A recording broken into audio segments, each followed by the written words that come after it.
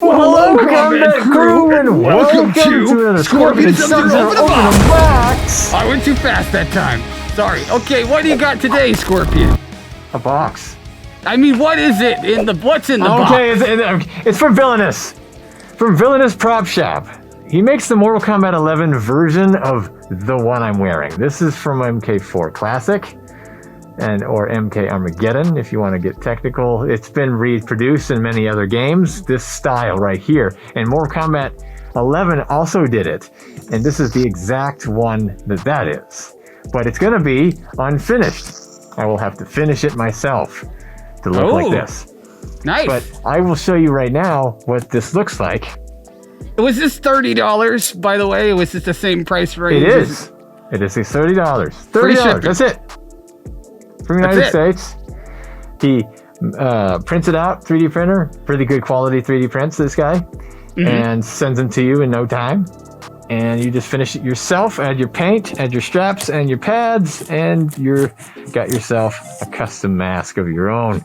And those are all very inexpensive, so you could probably do a full mask for $40, $45 when you're doing it yourself off of Villainous Prop Shop here. Yes, and he also does the MK Armageddon specifically version, which I've also gotten from him, but it is not here yet. At least I don't think it is. If they're both in don't here, want to have too many I'll be very surprised again. But let's see. To work on it once. It should be paper. He does paper. Yeah, he does. Take a sip of this drink here. Pain Train Productions and mug. Pain Train Gaming working on an animation with a bunch of Mortal Kombat people involved. Here it is. Oh yeah, I was behind the Right camera. on the top. Ooh! Hey, that is great shape. It is a brilliant shape. It's supposed to be. It's like a modernized. It's like a more up-to-date version of what I'm wearing right here. This mask I am wearing, by the way, if you wanted to know, is by HiddenAssassins.com, and you got him for a lot of masks. This is one of the best ones that I've seen. I do really love that one. Probably the best yellow. I have seen fully finished of the MK4 Classic Scorpion. This is the modernized MK11 version of this. So look at this. Villainous Prop Shop card. Also right comes on. in there, just kind of plugging them up right here. Thank you. Focus. All right. I like his design. There's Villainous Prop Shop on Etsy. You'll find him for one of these or many other versions. He's always coming out with new stuff. Always. So one question I have is silver, is that in the center? The second question is, do you like it being gray as the under? As the under, I would rather it be black. I would rather the because if it chips away to make this be black, so that if I were to paint this and it was black cast already, I wouldn't need to go down in these valleys here with any paint. But since it is gray, I have to cover this with two different kinds of paint, black and the yellow, instead of just one. So which isn't too big of a deal, obviously. It's not too big of a deal. He could have ran out of color too. He does have other casts. The teeth. The teeth here.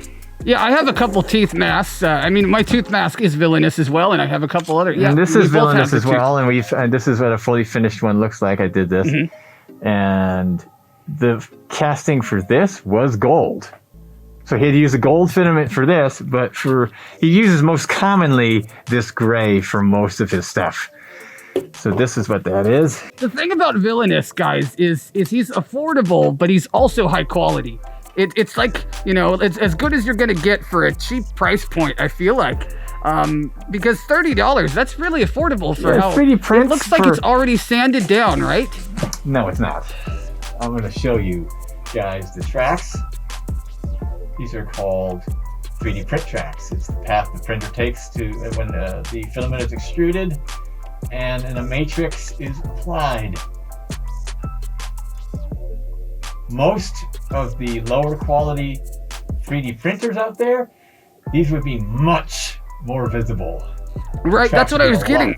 That's what I was getting at. It's only at the bottom there, which is typically your area that happens in. The problem area is the bottom always. And how long did this take to show up? One usually takes a week for him. This was just about 1 week for this. I did order the other one at around the same time, but it's easy for mask makers to get backed up, especially at this time. So he has not sent the other yet. I think we have at least 5 or 6 masks that are made by Villainous originally that we did do-it-yourselves to, and The so US we seller. do recommend. We highly recommend him as a seller for do-it-yourself masks. There are others as well that we will be recommending in the future, but for now, I guess we're gonna go into Scorpion's do-it-yourself, right? Is that, or are you gonna put it up against your face first? I'm gonna do that. I'm gonna put it up against my face. See how it And looks. we'll see what it looks like when it's actually complete on your face. I can't wait to see that. Well, hello, Combat Crew, and welcome back to the workshop. We're going to be working on this mask from Villainous Prop Shop. And what I've done already, as you can see, it's this, I just took the liberty of doing a very simple coat with some quick dry black, and I'm going to sand it down from this point. I haven't sanded it yet. I've done the layer of paint on purpose so I can fill in some of these gaps with paint, and then go over it with the paper, go over it with some sandpaper, and take away the peaks from the valleys and have it smooth out a lot better. So I've got with me some sandpaper, a minimal file, all 3D prints. The bottom is always a disaster. But we're going to use this bit right here, which is the sanding edge, and go around the bottom rim and make it all smooth and nice. So let's get to it. Get down here. The first thing I should probably say is I'm not patient by any means. So what I'm going to do, this is not completely dry yet, but I don't really care. Like the Dremel, I'm gonna do the outside.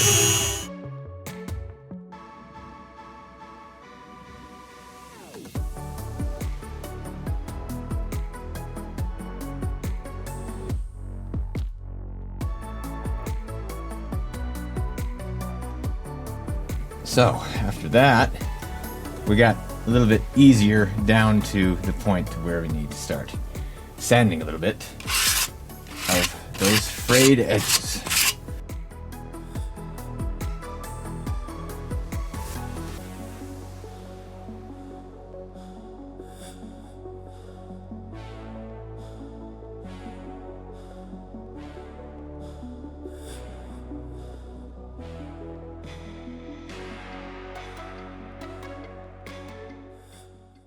Still feel that.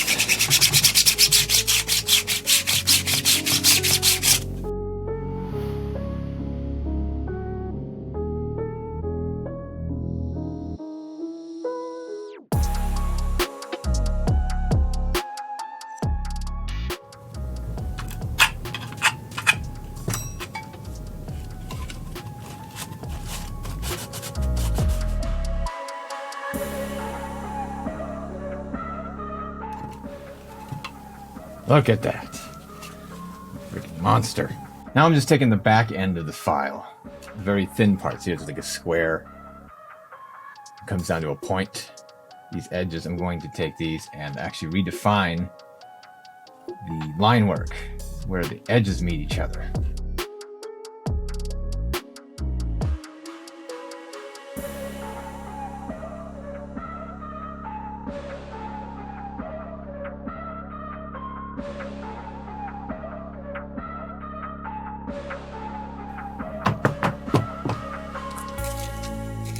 Ball this up.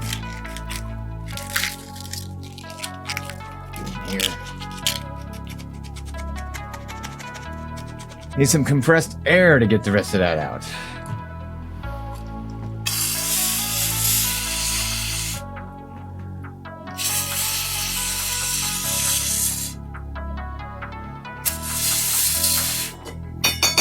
Good old lung power.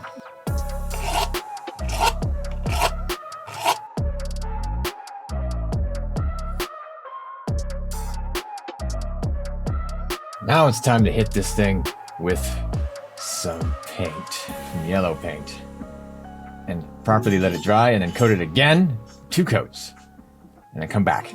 So something I wanted to kind of mention real fast, when applying multiple coats of a paint,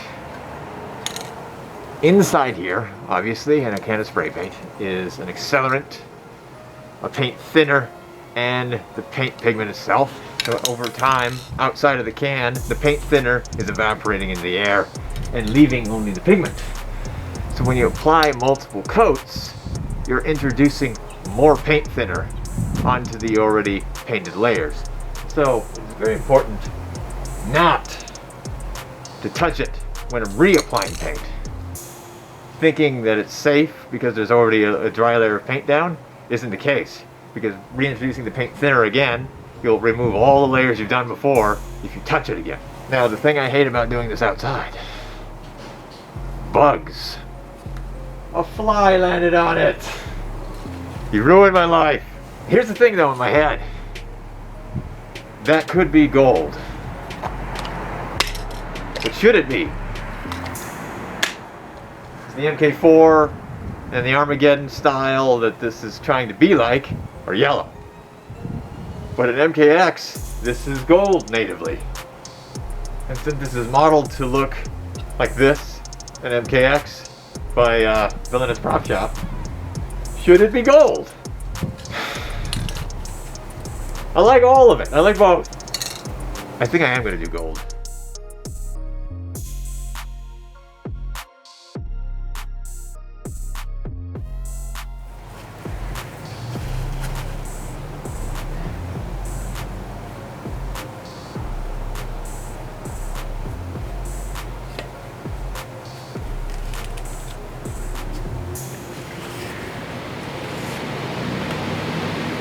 Okay, so after running out of this, I went back to the store to get more and found I had a choice between this Krylon Exterior Max for indoor and outdoor, and I also found this 18 karat dogs, but this is much more vibrant of an application.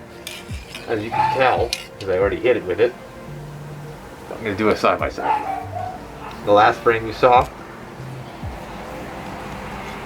versus this frame. You can see it's much shinier, it's much more to the yellow spectrum. It's not shaded as much, and it's so much more pleasing to the eye. So, I'm debating in my head of whether I want that glossy or flat. Do I want it shiny like the outside is, or to kind of disappear into nothingness with flatness? I don't know. I'm gonna go gloss. Let's begin. Start with the nose. Nose is the hardest part.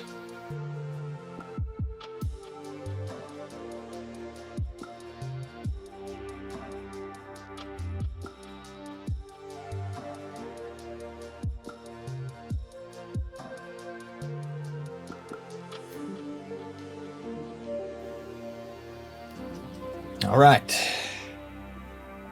that's the hard part. Now the other hard part. These channels here. The brush itself doesn't even fit inside. Only the very neck fits in these channels.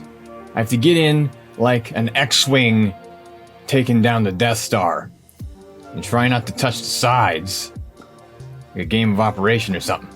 And then hit the end of that wall, tuck it in, and then go down. That's the hardest part.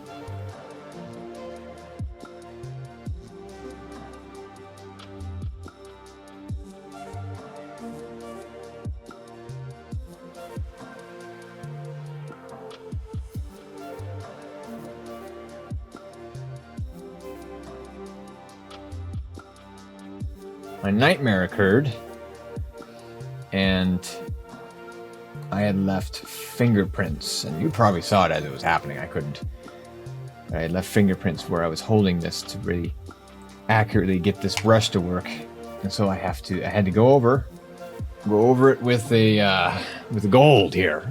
But this is the wrong kind. This is not 18 karat, so it's going to show up all the time.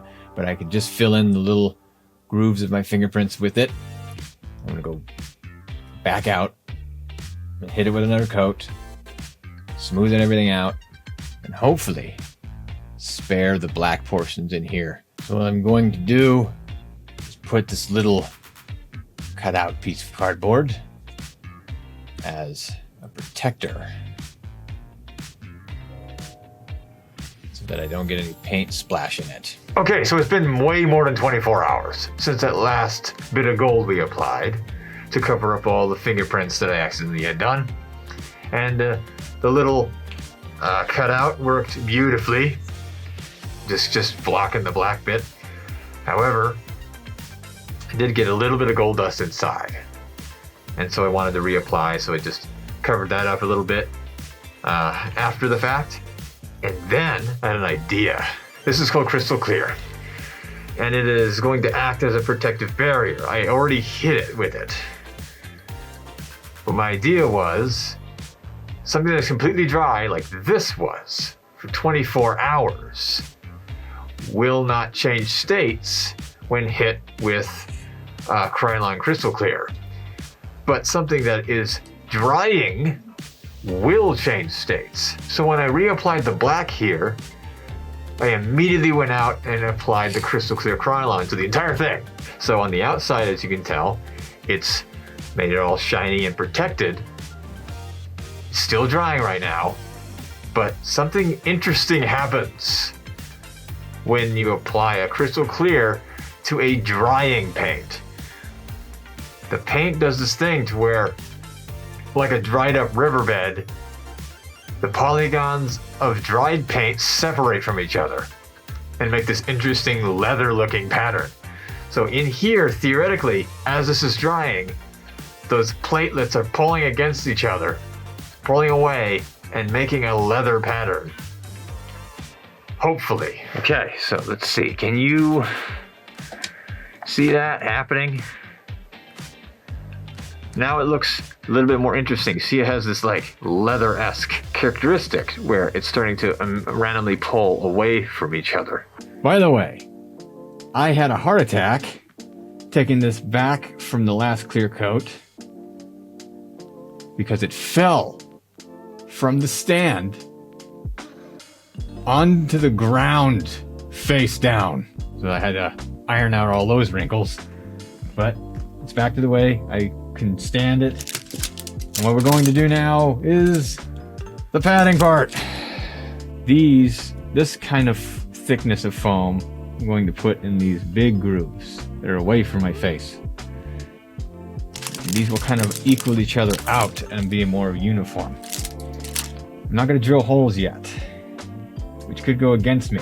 So the thin stuff is good for turns. The thin stuff I can turn corners easier and kind of keep along the perimeter better. The wide stuff doesn't turn very well, but it is obviously more surface area covered with a strip. And this is for the tiny spaces like lips, like under here, for where my nose is going to contact the very, very top. And I don't want this giant appearance of a big pad sticking off my face and pushing it away from me. And these come with their own adhesives. You know that, because I've shown you many times.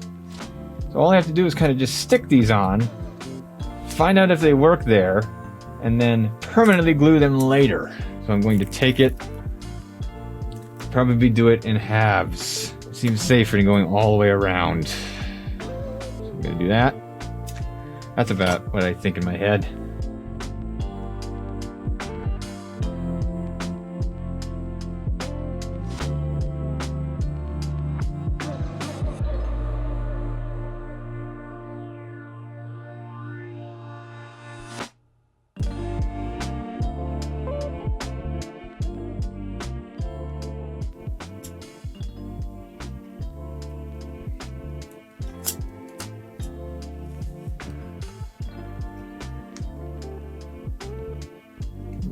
Set that one in there.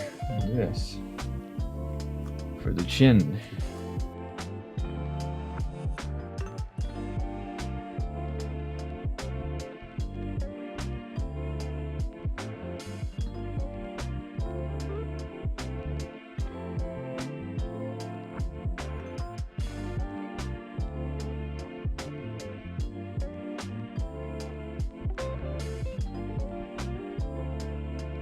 Okay, I've made my choice.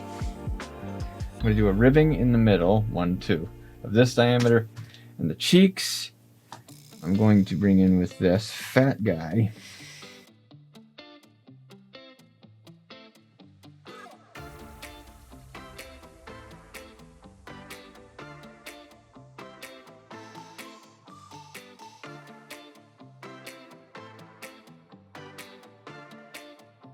So when I put this glue in here, it's gonna be the final deal.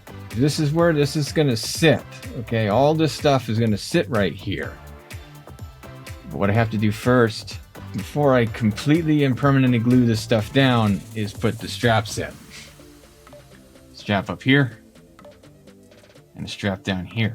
I'm gonna take approximately 15 inches for the base, for the back of the head, or the crown, and this is going to go around the neck, the base of the skull, and that's going to be about 2 inches shorter, but still it's plenty. When I get these mounted, we're going to cut them in half and then put some buckles in. To do the mounting, we're going to use some glue. We use a lot of glue from a very flamboyant gun. Just happen to have it lying around. Right here, behind this pad, is where I'm going to put the strap for the top. And then quickly put them back. This is gonna be so hard, because I'm not gonna be able to touch the other side for control.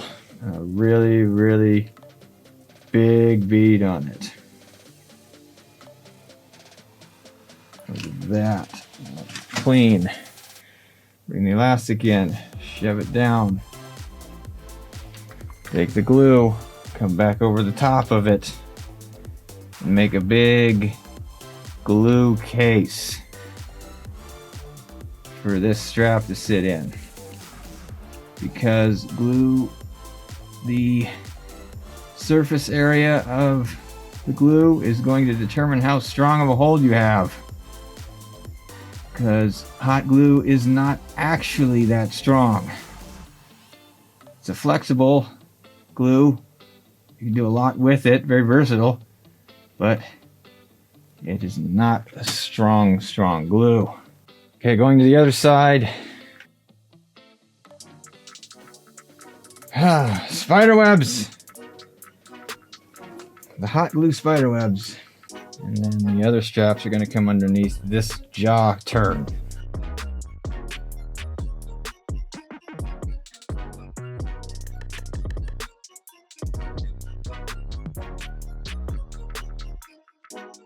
Okay, so we have straps. Top and the bottom. And then we got to super glue in the pads and touching the sides. And this is going to be kind of like a spot welding kind of deal. Alright, so the back side of this, we're going to peel away and drop in the super glue.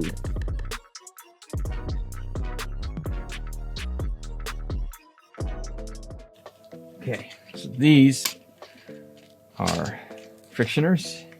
1, 2, and a friction. We have a perfect amount left of fasteners to do this mask.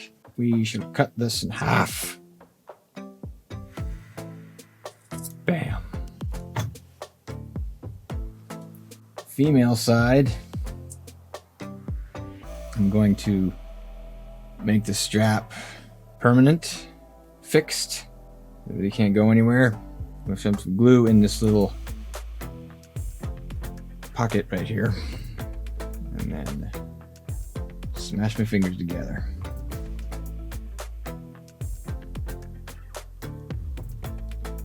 Like this.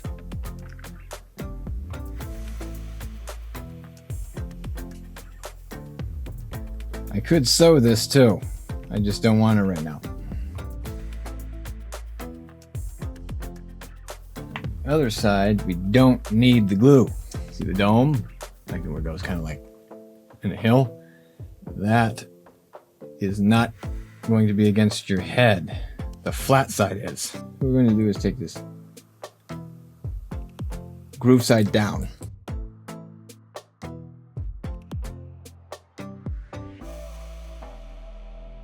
So when you pull it, it won't loosen.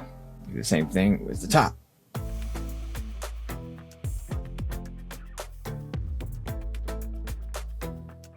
And that way, the strap sits against your head instead of on the outside where it kind of hangs and you have to tuck it in. This will sit against the strap and the mask inside, and you won't see it.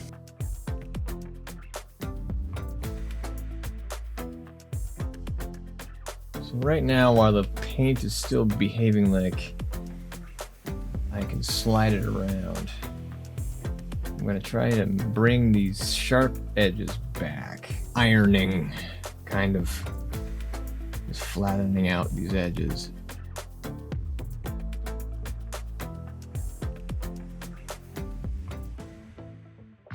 All right, so finally, we have reached the end, the destination. The X marks the spot for this mask right here. The finished Villainous Prop Shop MK11 Scorpion Gold Perfection Variation. This is the most difficult. I'm wearing this mask right now to show you the last one I did, which I thought was hard. This one was way more challenging. I don't know why.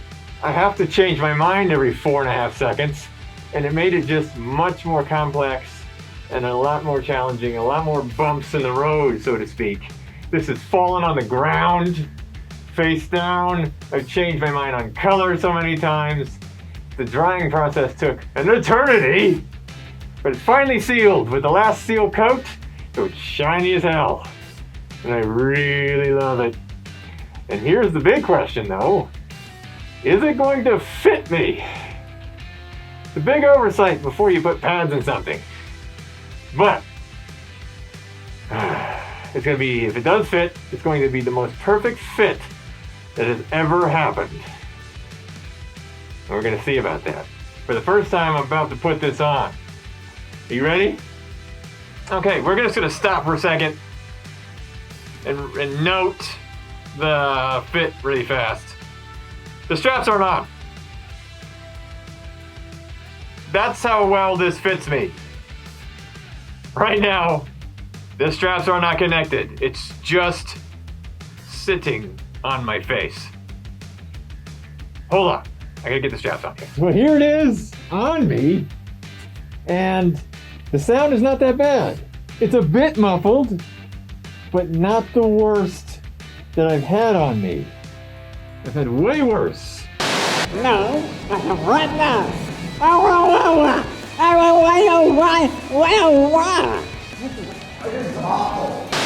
That's as perfect as gonna go. How many problems did I have with this? Every single one. I started out with yellow, changed my mind, went with gold, ran out of gold, picked another gold, did another 2 coats of that, did a clear coat, dropped it on the ground face down, nightmare. Picked it up, dusted that off, did another coat over the clear coat of another gold, which is a mistake. Didn't wait long enough for it to dry, touched it all over, made creases and cracks and had to go through and smooth everything out again. Do another coat, protecting all of this. Then clear coat last, let it dry for 2 days. And now we're fine. We finally have a mask. Down here, what I could do for the padding in here is put little V's in it. Cut out with the scissors, come at right angles, and just do little V's to allow air ventilation from the bottom. I'm going to show you the V-vents I'm going to do. To allow more ventilation through the padding I have. What I'm going to do is come at these, specifically these pads along the side of the face, here, and this one in the middle. Take a pair of scissors, we're just going to cut V's right and left. into the padding like this. So, see that happen? There's a vent now. So this will stop at my face and push away from me, allowing this channel of air. I'm going to do this again and again along the side.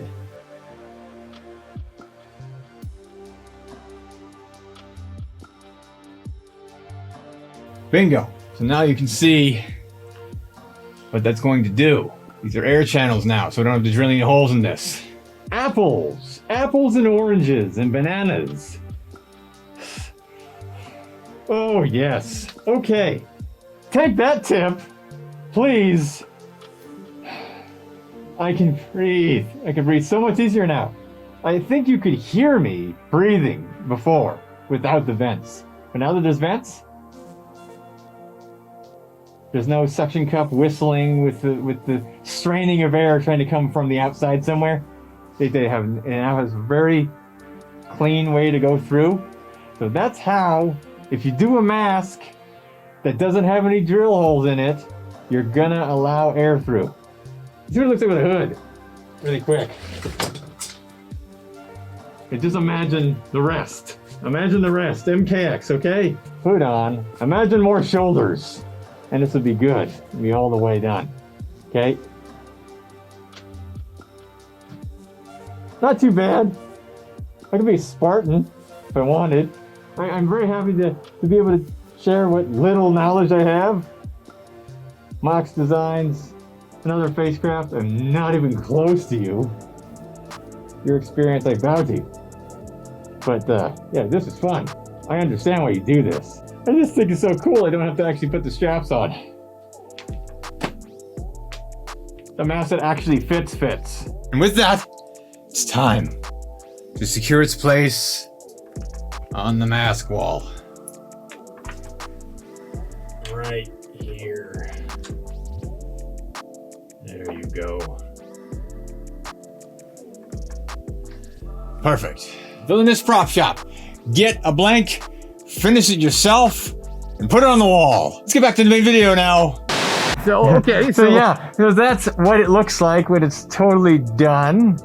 It's not the same day that we're filming this as when I was finished it. it turned out really great. I just have to tell you. It turned out amazing. Is what goes. You know, you did a really good job with the tutorial. It really, I learned a lot of things. And I'll let you guys be the judge of the score on this. Yeah, good luck, Scorpion, and let us know down below what you think this is, you know, in terms of just a do-it-yourself out of 5, and what let us of know your what 5. else you would like what us else to you'd review like on us the to channel. unbox or do on our channel. And Jinx, like, comment, subscribe, hit the little bell thing, and we'll see you guys next time on whatever the hell it is we're gonna do. I don't Stay know cool, you, my frosty friends. Bye-bye.